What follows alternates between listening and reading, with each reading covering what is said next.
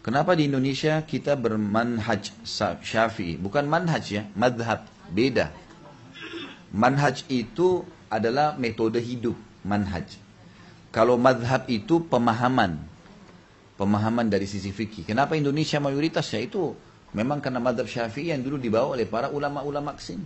Dan Imam Syafi'i salah satu imam yang diakui oleh ahli sunnah wal jamaah. Sama juga di Turki mayoritasnya Hanafiyah. Madhab Hanafi. Di Afrika Maliki. Di Timur Tengah Hambali. Gitu kan? Jadi rata-rata teman-teman di Saudi madhab Hambali. Di Indonesia Syafi'i. Memang begitu. Di Turki, di Eropa itu Hanafi. Jadi jangan heran kalau cara sholat gitu kan. Itu seperti Hong Kong ke atas ya. Cina, Hong Kong sampai ke Turki semua itu memang Hanafi. Makanya azannya agak beda. Dia sampai beberapa kali. Iqamah pun seperti azan, tetap dua-dua kali. Nah, saya kemarin waktu begitu sholat diundang di salah satu masjid di Hong Kong itu. Ternyata iqamahnya begitu. Mazhab Hanafi. Dan itu punya dalil. Selama dalam 4 mazhab ini diakui. Diakui. Dan kita harus bisa memahami. Beda antara perilaku yang bisa membawa pada kekufuran. Seperti orang minta-minta ke kuburan. Gitu kan. Kemudian menyembelih kepada selain Allah. Ini semua perbuatan-perbuatan ini tidak bisa ditoleransi. Kalau sampai pada kekufuran. Walaupun dia menisbatkan diri kepada salah satu madhab. Karena 4 imam madhab ini pasti memungkiri perbuatannya.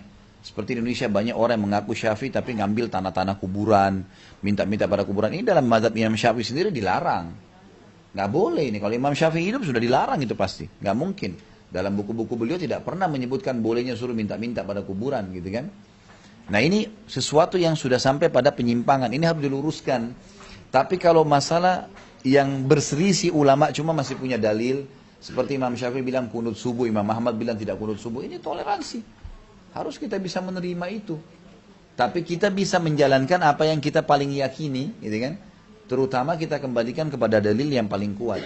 Makanya dalam masalah kunut misalnya pernah saya jelaskan, Imam Syafi'i mengatakan hadis yang berhubungan dengan kunut semuanya diterima oleh beliau.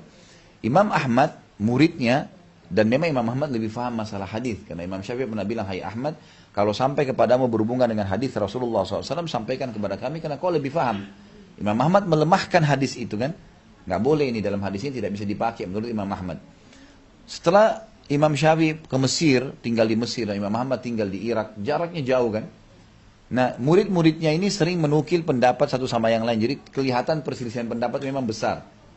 Pernah ada murid Imam Ahmad datang dan berkata, wahai Imam, kalau kami sedang sholat di belakang Syafi'i, mereka kunut, kami nggak kunut, gitu kan?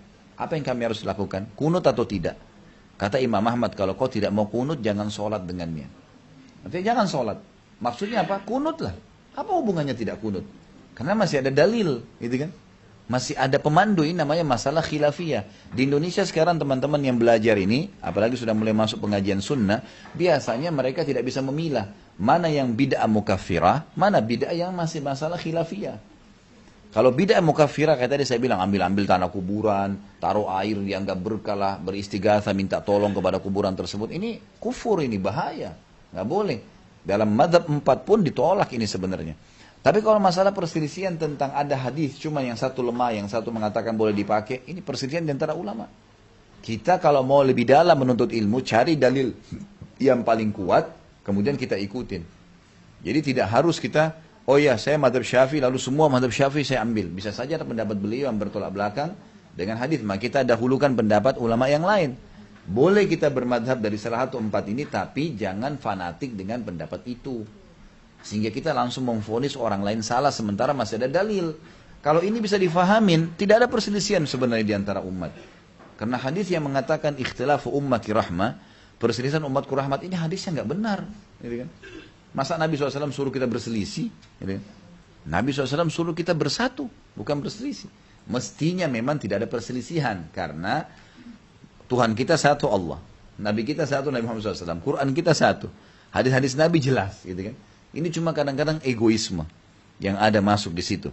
Ah enggak, ini pendapat guru saya, kiai saya, pokoknya harus benar dan seterusnya. Ini yang semestinya harus dihindari.